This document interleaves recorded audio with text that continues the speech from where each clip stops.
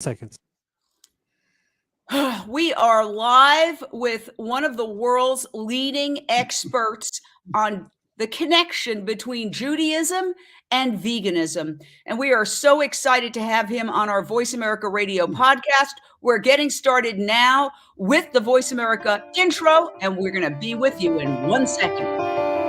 Welcome to Unchained TV, featuring best-selling author, TV journalist, and the founder of the Unchained TV free streaming network, Jane Velez Mitchell. You're about to hear a secret solution to the problems that plague our world. If you want to revolutionize your health, get truly joyful, and jump to the next phase of human evolution, all it takes is one simple choice. Now, here's your host, Jane Velez Mitchell.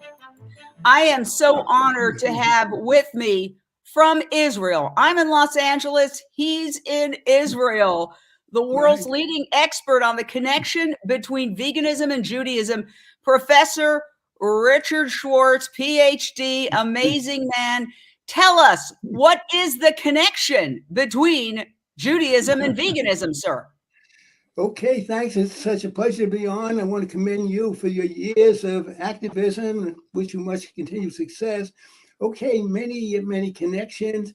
I try to point out there's 6 Jewish mandates. And by the way, other religions have similar mandates, but 6 mandates that point to veganism as the ideal diet. And these are, and I'll just list them now, and I'll be happy to explain them more as we go forward. But the 6 mandates to take care of our health, to treat animals with compassion, to protect the environment, to conserve natural resources, to help hungry people, and seek and pursue peace. And by the way, in addition to that, in the Torah, the Jewish scriptures, in the very first chapter, chapter 1, verse 29, God's first dietary regimen, strictly vegan, talks about the herbs of the field, fruit from the trees, and that's the beginning, and also the Messianic period that Jews yearn for.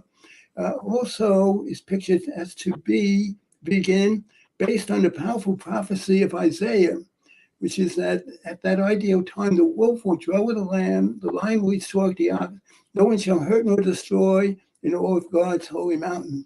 So, I'm sure we'll go into much more detail, but that is the basic connection between Judaism and other religions as well, and veganism. Well, absolutely brilliant. And it's not just anybody saying this. I want to just show you some of the books that Richard Schwartz has written, just some of them. We'd be here all day listing everything he has done. He's written The Vegan Revolution, Saving Our World, Revitalizing Judaism. He's written Jewish Veganism and Vegetarianism, Studies and New Directions. He's written Judaism and Global Survival. So you are arguably the world's leading expert on the connection between Judaism and veganism. And in looking this up, I have no way to independently confirm this. There is a lot of reporting that Israel is the most vegan nation, or one of the top vegan nations in the world, with an estimated 5% of its population vegan, and a tremendous amount of vegan entrepreneurship coming out of Israel and Tel Aviv. Can you address that, sir? And you are in Israel. Whereabouts in Israel are you? Are you in Tel Aviv? No, actually, I'm in a place called Shorish, a wonderful retirement village. It's roughly halfway between Jerusalem and Tel Aviv, and really great, all kinds of activities. And thank God, by the way, I'm now 89, but every morning I can go to the gym and the pool, play ping pong once a week, and take part in ping pong tournaments. So thank God for that. And all kinds of activities here. It's wonderful to be at such a retirement village. And I am showing you video of some of the great fruit and vegetable markets in Tel Aviv, which I have myself visited and enjoyed so much. There is a tremendous amount of just natural vegetarianism in Israel because of the climate, the availability of fruits, vegetables, nuts, and grains in abundance. Their fruit and vegetable markets are amazing in Tel Aviv and in Jerusalem I visited. So why is that the reason that veganism is doing so well? Are there other reasons? Okay, well, I'd like to believe that the mandates I spoke about before are part of it, that very strong teachings. But just to give a quick example, in the Torah about compassion for animals, according to Judaism, Jews are to be Rachmanim b'nei Rachmanim, compassionate children of compassionate ancestors. Book of Proverbs says a righteous individual considers the lives of his or her animal. In the Torah, it talks about you can't yoke a strong and weak animal, and you can't muzzle an ox while threshing in the field. It's so important that it's part of the 10 Commandments, which indicates not only are human beings to rest, but farmed animal pets as well. And one of the teachings also is that before a Jew sits down to his or her own meal, he or she is to make sure that any pet they have, any farmed animal, is fed beforehand. One other thing, of course, in Judaism, there's the so-called laws of kashrut, or the kosher laws. So Jews are sort of already considering their food choices. So these are some of the reasons, the powerful teachings on compassion, and point out very important teachings about health that it says in the Torah, "Nishmatem be'od nafsho teichem," means you should diligently guard our health. The word ma'od in that very much is 613 mandates, but very few, if any, that have that ma'od. There's also a Jewish concept called pikuach nefesh, which is that everything possible must be done to try and save a life. And actually, the 613 Jewish mitzvot, or commandments, but 610 of them can be overridden if a life is in danger, and Jews feel more important to violate a law and one day to save a life than to keep the law, and God forbid somebody should die from that. All right, we've got a caller, Nilofar in Dallas, Texas. Your question or thought for Dr. Richard Schwartz, professor and author. Hello, Dr. Schwartz. It's such a pleasure. Thank you. Judaism, like other Abrahamic religions, include rituals of animal sacrifice as well as use. How can that edict be reconciled with animal rights? Thanks so much. Okay, well, very good question. Well, according to the great Jewish philosopher Maimonides, the sacrifices were a concession to the times. That was a common mode of worship in ancient times. People just didn't have any other. And it was felt that if there wasn't initially sacrifices, that Jews may have rejected that and all of Judaism. But the idea was to keep it in one central location and hopefully to wean the Jews off of idolatry. So, and it's also a great advancement in the Torah on that, because in other religions of paganism at the time, there was human sacrifice, child sacrifice, and so certainly that was strongly eliminated. In addition, the biblical prophets spoke out very strongly, indicating that God was more concerned about mercy and justice.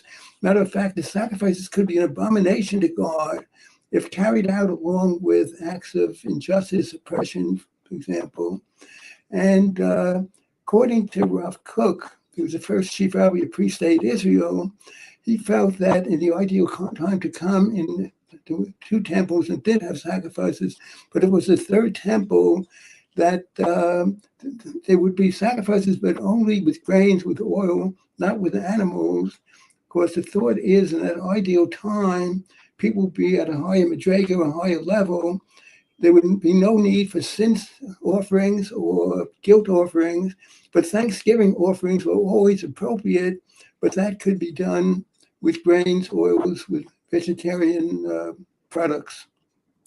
And I want to put up a couple of comments that are from a PowerPoint presentation that you regularly give. And it says here, Jewish teachings on peace. Seek peace and pursue it. And nations shall build their swords into plowshares and their spears into pruning hooks. What does this mean, Dr. Schwartz? Okay, well, again, very strong teachings, again, from the book of Psalms. As I mentioned before, Judaism has 613 mitzvot. Only 2 of them have that very powerful word, pursue. In other words, it's not like waiting around, you have to seek it where you are, but pursue it everywhere else. The other thing we're told to pursue is justice. So we have that. And the second quote is again from Isaiah. And, Jews have gone to war, not always in defensive reasons, but there's a prophetic yearning for the ideal time when, as it says, nations shall build their swords into plowshares, their spears and their pruning hooks, and not study war anymore. So this is very important mitzvah in Judaism. And unfortunately, as we know, looking at the Russian invasion of Ukraine, for example, seems to be wars in history, but the idea is hopefully to move toward a more peaceful world. We are speaking with this amazing wise man. Did you say you were 89, sir? Yep. But I was born at a very early age, so that sort of helps. Well, you are the author of so many books, as well as many articles in the Jerusalem Post, hundreds of articles online, as well as YouTube videos. But here are his 3 key books: Vegan Revolution, Saving Our World, Revitalizing Judaism; Jewish Veganism and Vegetarianism, Studies in New Directions; Judaism and Global Survival. So let me ask you, you touch on so many things. You touch on compassion, not just to animals, but also to human beings. And in your PowerPoint presentation, you have this, the scandal of world hunger. So can you explain the connection between veganism and combating world hunger? Okay, before that, a couple of points. Thank you for showing those pictures. And I'm hoping within a month or 2, I'm going to have a new book coming out, and that's going to be the 20th anniversary edition of that book, Judaism and Global Survival. You can see I've always been concerned about that. The world is so threatened, and I hope later on maybe we can discuss more about climate threats, for example. One point. Also, thanks for mentioning a more recent book, which is Vegan Revolution, as you said. And the issues are so critical that I am very happy to offer the PDF of that book to anybody that contacts me by email. And that's at VeggieRich, VEGGIE, then RICH@gmail.com. I'll be happy to send a PDF of that book because I want it to be spread as much as possible. Okay, All right. now Let's go back to the come to your scandal of question. world hunger. World Okay. hunger. Right. Okay, well, first of all, it is a scandal because there could be enough food to feed every person on the planet. But one thing, and this is really how I initially got into veganism on this issue, it's a scandal because the recent estimates are about 9, let's see, what is it? 80 billion nine- animals killed every yeah, year. right, 80 billion, but about 9 million people dying of hunger effects every year, and almost 10% being chronically malnourished. There's enough food, but it's really scandalous that 70% of the grain produced in the US and perhaps about 40% of grain produced worldwide is fed to animals to fatten them up for slaughter. And so instead of feeding people, again, there could be enough to end all the hunger in that. And what's even more scandalous is we take healthy foods like corn and oats and soy. They are high in the importance of fiber and complex carbohydrates and devoid of cholesterol and saturated fat. We feed them into animals and we end at a very unhealthy product, just the opposite, high in cholesterol. And of course, heart disease, I think, is the #1 killer. So if people shifted to a vegan diet and the food produced was fed directly to people, that could end the scandal of world hunger, or at least sharply reduce it. And I don't like to show too many gruesome photos, but these are actually recent photos from undercover investigations into current factory farming. These are just literally animal activists went into this pig farm in Canada, and they went into this chicken farm in Virginia, and this is what they found. Okay, so I don't like to traumatize people, but if you find it so disturbing that you can't look at it, well, maybe you should consider not eating it. And one thing that was said the other day that I thought was interesting, they said, you'd have no problem sitting down and eating lunch at an orchard, but you'd have a big problem sitting down and eating lunch at a slaughterhouse, right? So these are thoughts that we have to keep in mind. Now, as a vegan myself, not being Jewish, but I've always said, wow, I'm vegan, so that makes me automatically kosher. Am I correct in saying that? And explain more about the connection between kosher and vegan.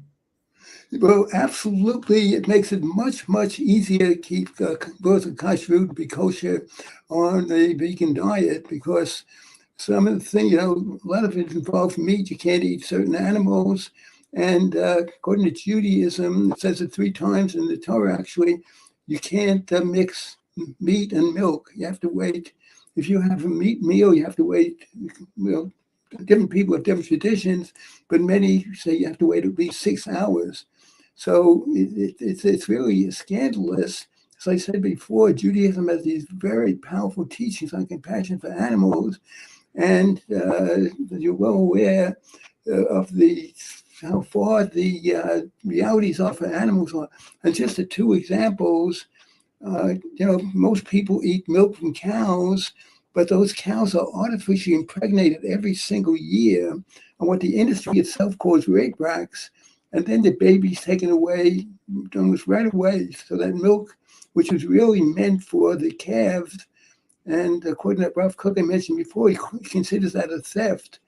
So it's really very traumatic. And then an animal, the mother and the baby just bellowing, recognizing they could be only maybe 10 yards away, but the mother, the dairy cow, cannot nurse, even touch, or really express any love for the baby.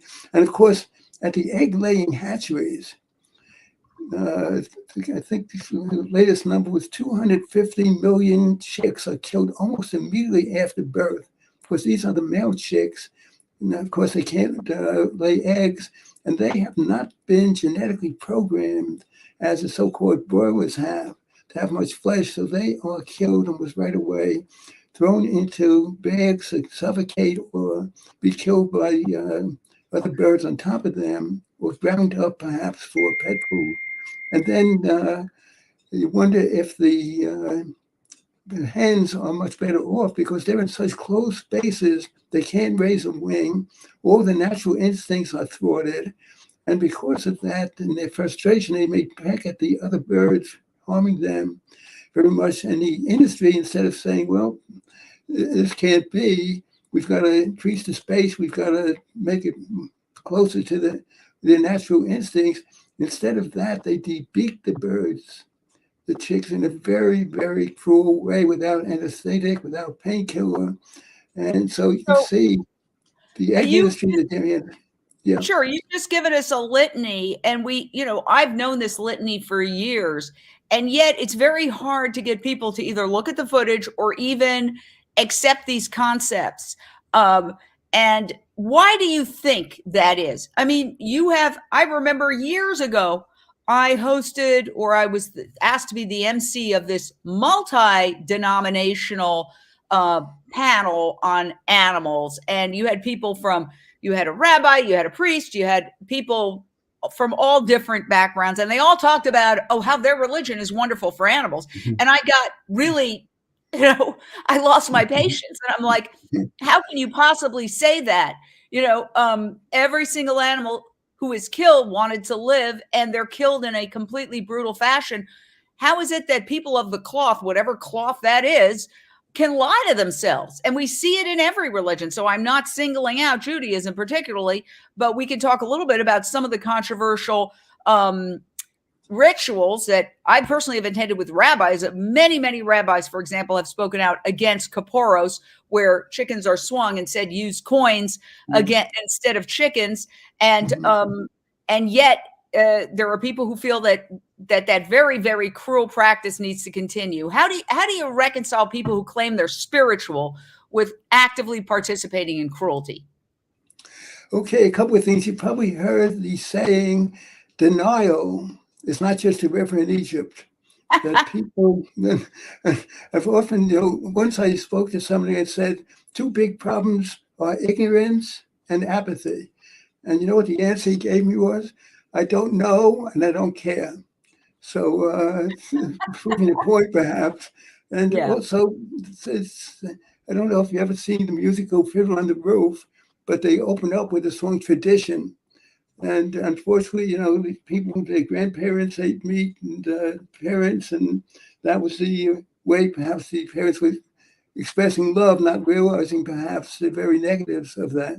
So, and the thing is, there's a certain herd mentality. People don't want to go out on a limb, don't want to be different. So they see everybody else in their example. And unfortunately, as I'm sure you well know, the medical profession, instead of really coming out strongly, of course, there's some doctors, I'm sure you're very familiar with, Dr. Clapper, Joe Furman, and Dr. John McDougall, but the vast majority of doctors, they get very little training on prevention.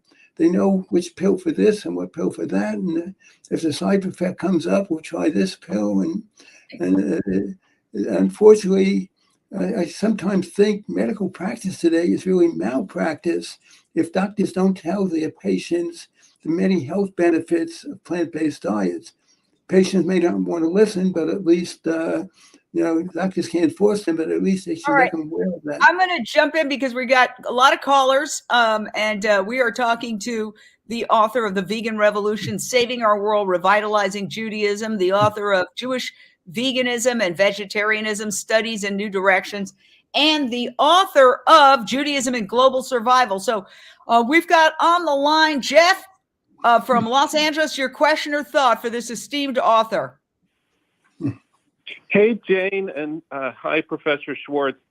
So I grew up Jewish, and so many of the Jewish traditions rely on animal products. I mean, the Passover plate, for example, right? And I know that there are groups that have, proposed, cruelty-free versions of those. But how do you get that to be more prominent in a religious culture like the Jewish religion? Okay, well, there's certainly a need for these changes. By the way, one book that I didn't send to Jane, it was really an ebook I had published last year, is called Restoring and Transforming the Ancient New Year for Animals, an idea whose time has come. So in the temple times, again, it's called before, you had to do animal sacrifices, and there was this Jewish New Year for animals was a time for tithing for that. So that's why I say we want to restore that ancient holiday. This is one we're really thinking out of the box and saying we have to really let people know much more about Jewish teachings about compassion. Unfortunately, often they hear about the sacrifices, hearing about what animals can be eaten and also how they can be slaughtered. So my idea is to restore that, just as it was another holiday, Tu B'Shvat, which was the Jewish New Year for trees, because a certain amount of trees had to be tithed also to give to the poor in certain years and to give to the temple. So I wanted to restore and transform that ancient Jewish New Holiday into a day devoted to increasing awareness of Jewish teachings on compassion for animals and how far the realities are from that. Because I mentioned before, strong Jewish teachings, but they're not covered as much, taught as much, perhaps. But how can we change Passover, for example? What's the alternative if somebody wants to do a vegan Passover? How does that work? Okay, well, first of all, a person can observe Passover as a complete vegan. Now, the code mentioned on the Seder place, they have a shank bone and all, but that is not a law that's like minhag or a tradition, and that can be substituted for. And sometimes a red beet is used instead, red be symbolizing the blood of the previous sacrifice, or maybe an egg for another. Instead of an egg, could be a mushroom that has sort of a fleshy appearance. So today, to me, the bottom line is that every single Jew has a choice in their diet. I can't say that the Jews must be vegans, although if somebody takes seriously the mandates I mentioned, it's very important mandates about taking care of our health and treating animals with compassion, for example, I can't see how they could not be a vegan, and especially Judaism, as I've been saying, has strong teachings on compassion for animals. And if they realize how dairy milk is produced, how eggs are produced, it seems hard for them to justify being a meat eater. So again, the bottom line is we have a choice, and we always argue, shouldn't that choice be made taking into account the highest of Jewish values? Because let me ask you this. I just want to break down a little bit what was asked by Jeff Hoffman. Full disclosure, he's a friend, and I know his last name. But can we break it down? What is it specifically within Judaism, the words that you could say, okay, this religion is calling for a nonviolent diet, and since killing animals, raising them and killing them involves violence, then it calls for veganism. Can you slowly and just really spell it out? What are those writings in the Torah or wherever you can cite them from? Okay, well, as we mentioned before, Jews are to be Rachmanim b'nei Rachmanim, compassionate children of compassionate ancestors. The book of Proverbs, again, it's a test for righteousness. That book of Proverbs, chapter 12, verse 10, indicates the righteous individual considers the lives of his or her animals. And we have all these strong teachings. There's some phrase called Sa'ar Ba'alei Chayim, which really means the pain of living creatures, but it's interpreted to mean that Jews are not to do anything that harms, it's cruel and harms animals. So we have these, but again, it's not just the animal. To take care of the health is a super important mitzvah in Judaism. As I said, it overrides 610 of the 1613 mitzvot.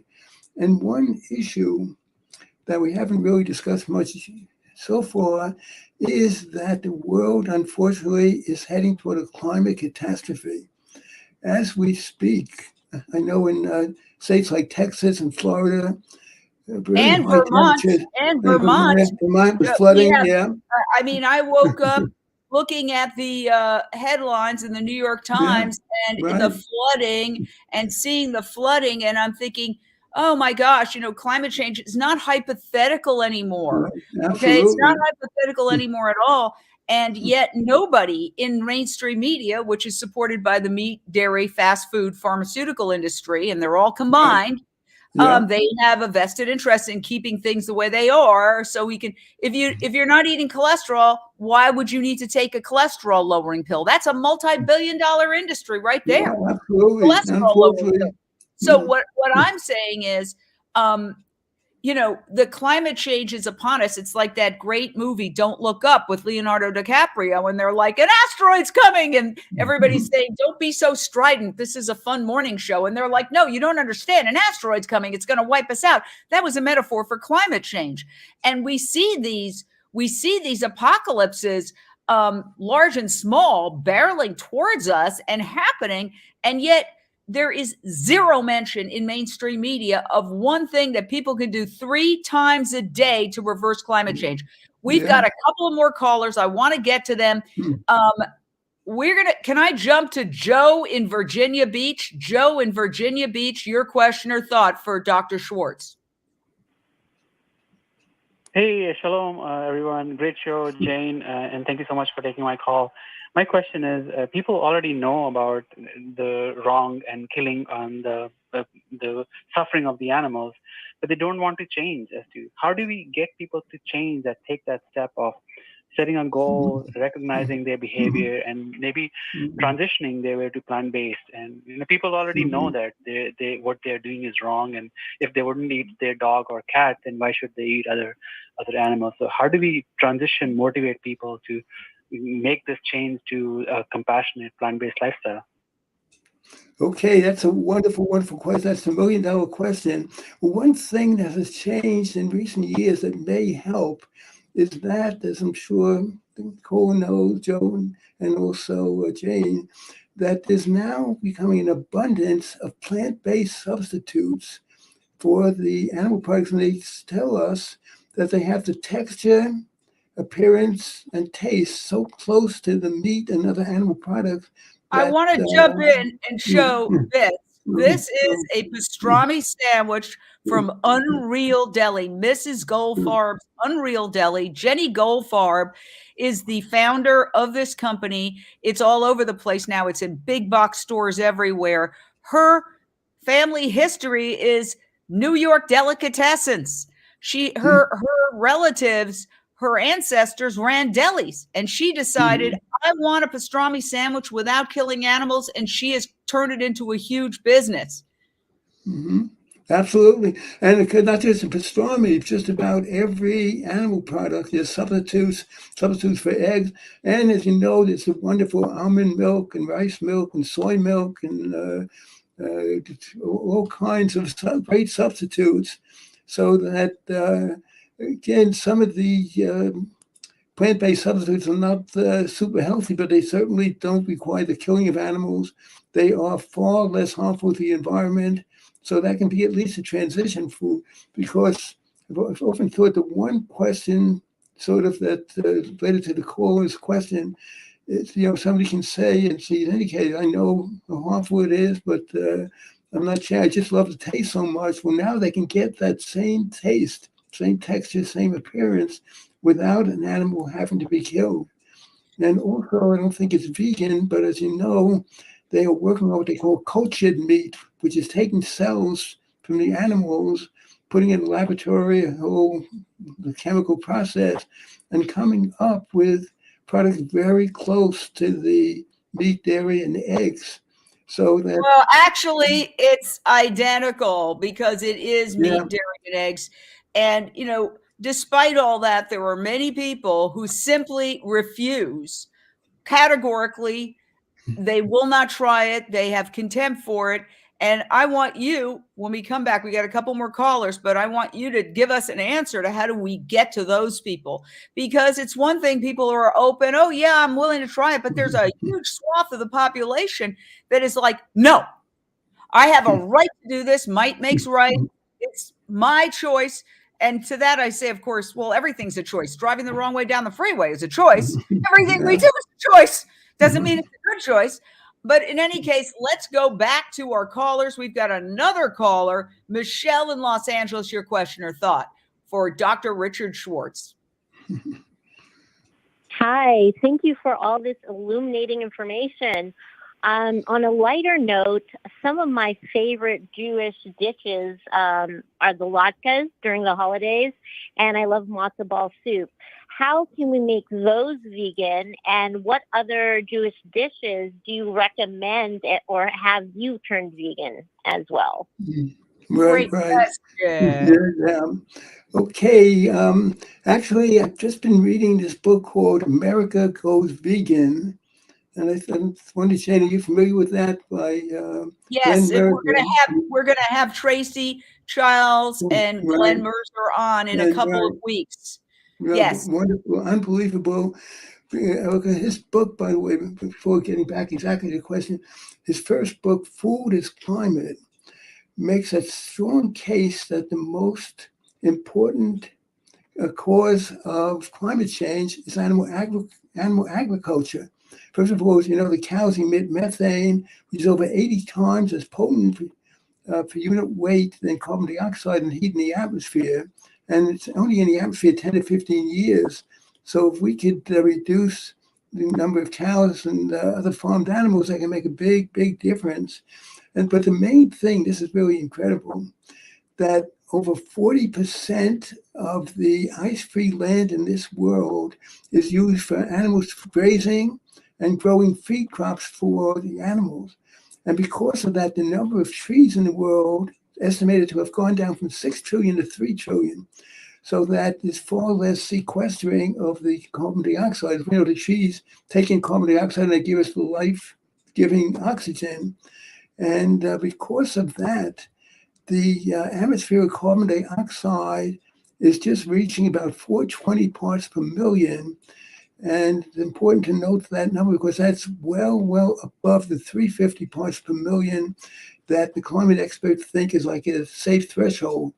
And it's increasing by 2 or 3 parts per million per year. And that's why the world is threatened. That's why the numbers, Jane, that you gave before, so significant. By the way, in addition to what you said, Phoenix now, I think, has had 11 consecutive days with over 110 degrees Fahrenheit. And by the way, where I am in Israel, it's super hot. It's going to average like 99 degrees Fahrenheit for the next 10 days or so. Really above. Okay, so please remind me of the question. We're talking about the great naturally vegan traditional Jewish dishes. And I know potato knishes because I grew up in New York, right near the Carnegie Deli. And I know potato knishes are vegan, right? And I put mustard on them and have them. Those were great. What are some of the other ones that are just automatically vegan that are traditional Jewish dishes? Okay, well, there's the falafel, and there's hummus and tahina, which are really great. And I started talking about that book. The reason for that, you mentioned the name Tracy Childs. Right? And at the end of the book, she has all kinds of recipes that take traditional foods and make them vegan. So you mentioned before what's happening in Israel and why it's considered one of the vegan nations. And because of that, I mean, things have changed. As you mentioned, so many restaurants that are vegan. And by the way, even those that serve meat, now just about every one of them has some vegan options.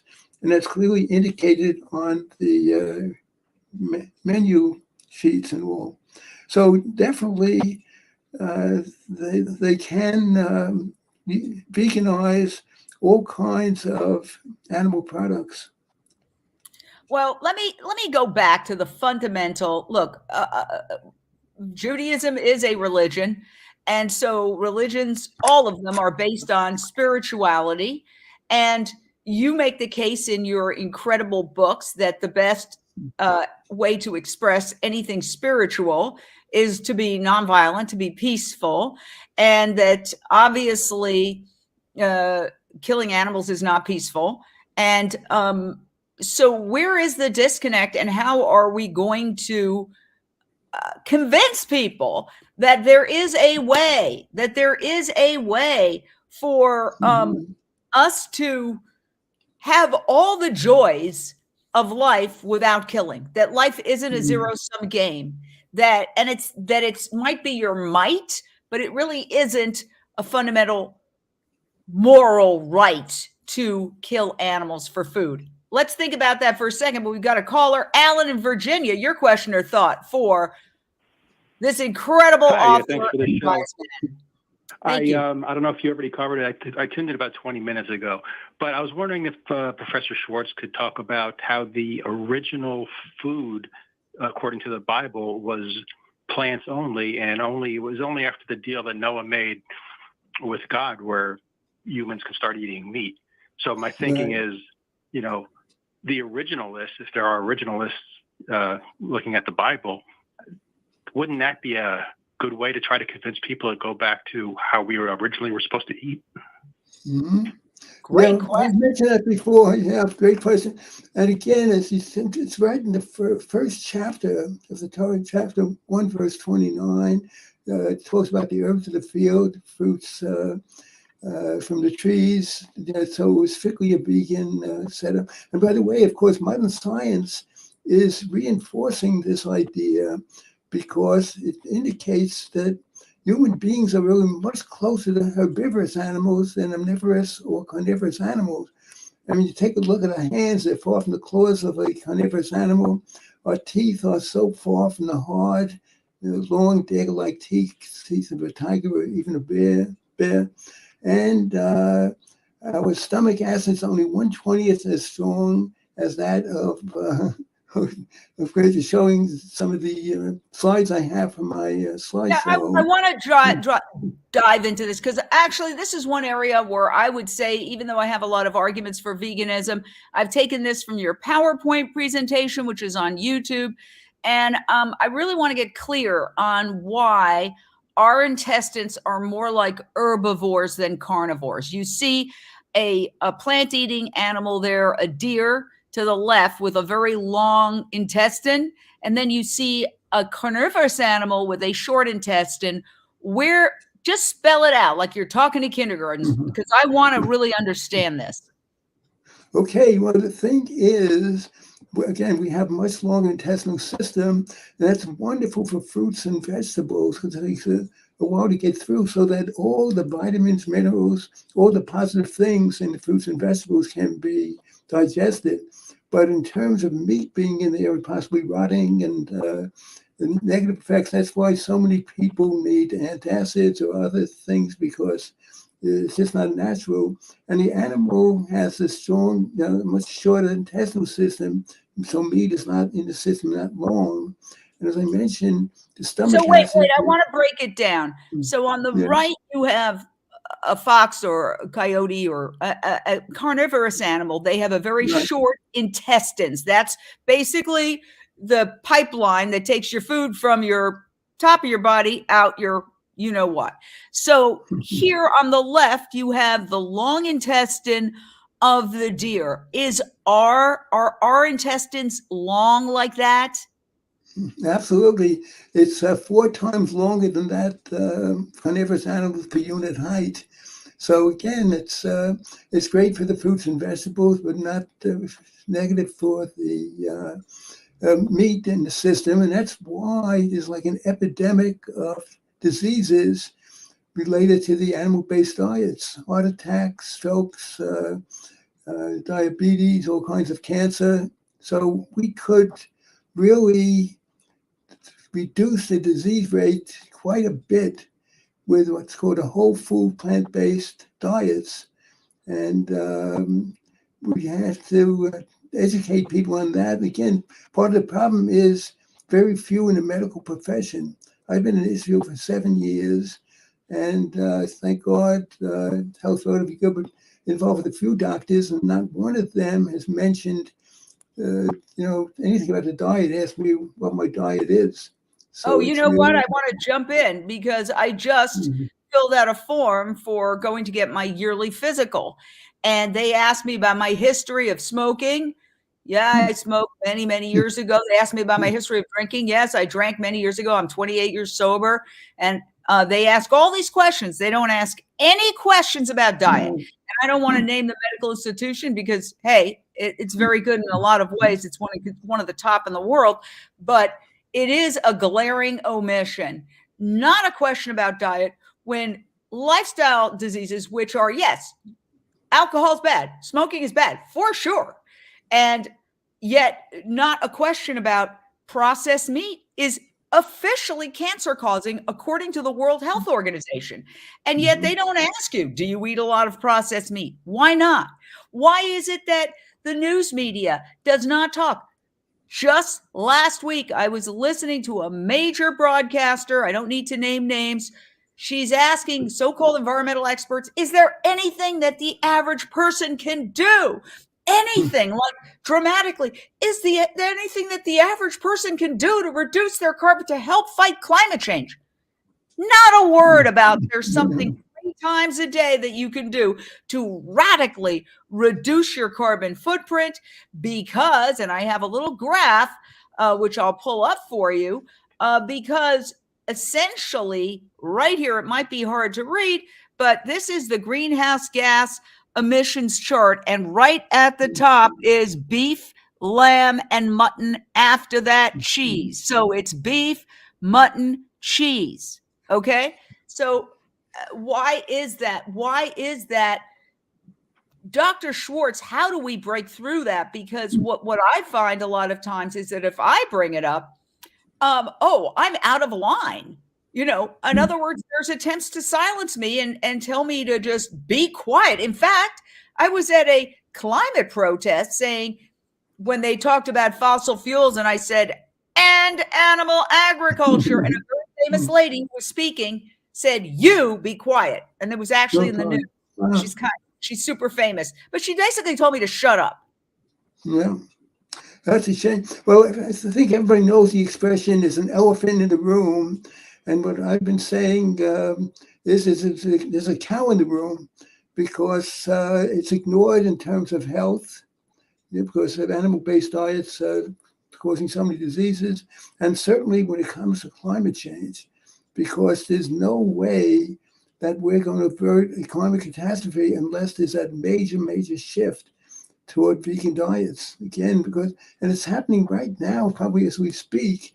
The trees in the tropical rainforest and the Amazon rainforest being destroyed.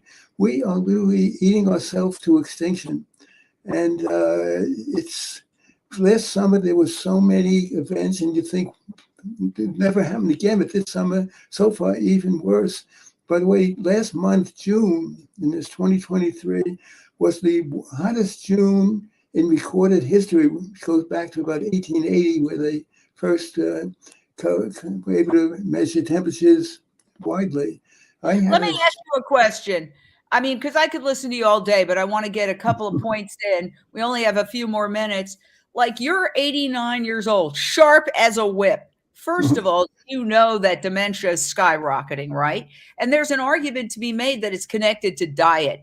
A lot of my friends' parents have dementia, and this is a common thing. Oh, my father has dementia, my mother has dementia, my aunt has dementia. It's destroying the lives of the younger people who have to give up everything to go take care.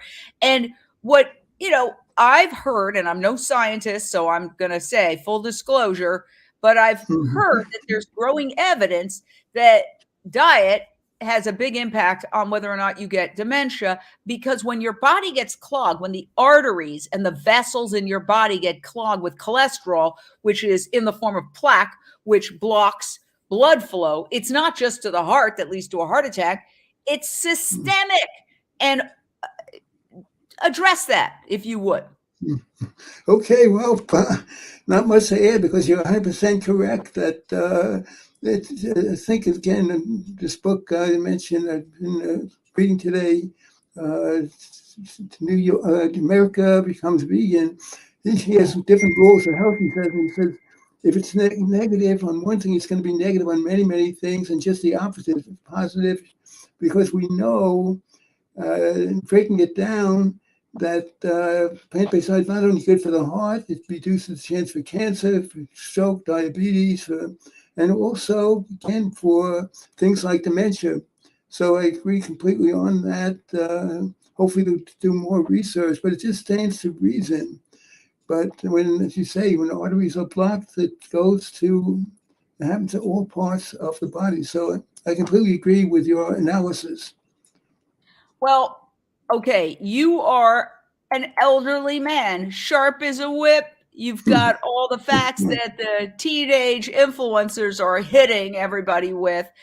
So how is it that so many older people, and look, there's a neighbor, I love him. I've known him for 32 years, not a vegan. I ran into him. He's like, I said, "How you doing?" "Not good, not good." I could tell there's something fundamentally wrong. I said, "Try a plant-based diet." I actually used our streaming network, UnchainedTV, which you can get for free on your phone. And I went to Forks Over Knives, and I just texted him the film. And to his credit, he watched it. And what he said to me is, "Yeah, you make a lot of sense. I'm too stuck in my ways. I can't change." Why is it that, you get this? This is what I don't understand. Why is it that some people, bingo, it makes sense. Okay, they're eating most of the food. People are dying. It's a huge contributor to climate change. It's getting worse. Heart disease, cancer, all these problems could be avoided. It's terribly cruel, horribly cruel, more crueler than you can even imagine, because you might see a photo every so often. However, you're not there in those slaughterhouses, the stench and the feces and everything. And yet you get it, I get it, but other people are completely blind to it. I do not understand. Yeah. Well, we need some psychologists maybe to see this. It's so irrational. I call it madness and sheer insanity. When you realize it's destroying people's health, destroying the health of the planet, and it's so many negative. By the way, one additional thing is it is so wasteful of resources. Now the world is getting short of energy, getting short of water, getting short on land, and you need so much more land, water, energy, other resources on an animal-based diet than if you had the plant-based diet. It's super inefficient. And we're looking at shots of Tel Aviv where I know, having visited a couple of times, it is just filled with not just vegan restaurants, but markets where there's all these vegetables. And it seems like there's a culture, no matter what your religious background is, but in that particular region of the world with an emphasis on vegetables. Is that my imagination? And are we kind of, is the Western world, particularly the United States, exporting its bad habits like fast food to the rest of the world? Oh, the thing, unfortunately, absolutely. By the way, there was an indication after World War II, where the U.S. was sort of occupying Japan, and they introduced dairy products in that country, and Japanese people became bigger, heavier, and got diseases that before they were not getting. So unfortunately, we're exporting all these negatives, and governments are not stepping in and educating people. Unfortunately, there's a vested interest, just as there was with tobacco and promoting meat. And now, I have one last question. How do you deal? Because we had one of the ladies who said, yes, I hear you, Jane. And she commented here. I love how you speak out. I feel silenced as well, in particular by my own family who don't want to hear it anymore. That won't stop me from speaking out. How do you deal with are you ever told by your colleagues in your retirement center, shut up already? And how do you deal with it? Okay. Well, they haven't said that directly, but indirectly that they just don't want having beginning. The first few years I was speaking often, now not so much. They feel they've heard it already. Matter of fact, I've given often what they call a Tu B'Shvat Seder, which is an event related to the holiday of Tu B'Shvat, which has become like an environmental Earth Day in Judaism. And pretty much I was told, okay, you can do it, but do not mention climate change and some of these environmental things or how animals are treated. So we're unfortunately completely out of time. I want to say that you are my hero. I absolutely love what you're doing. The connection between veganism and Judaism has been revealed on this show as promised. And congratulations on all your incredible books. Go on Amazon. All of these books, people, are available on Amazon. Get them, read them, give them to your friends and family. And, stop apologizing for being right. That's what I have to say. Thank you so much, Dr. Schwartz. See you next time here on Unchained TV. Thank you. And you're my hero also.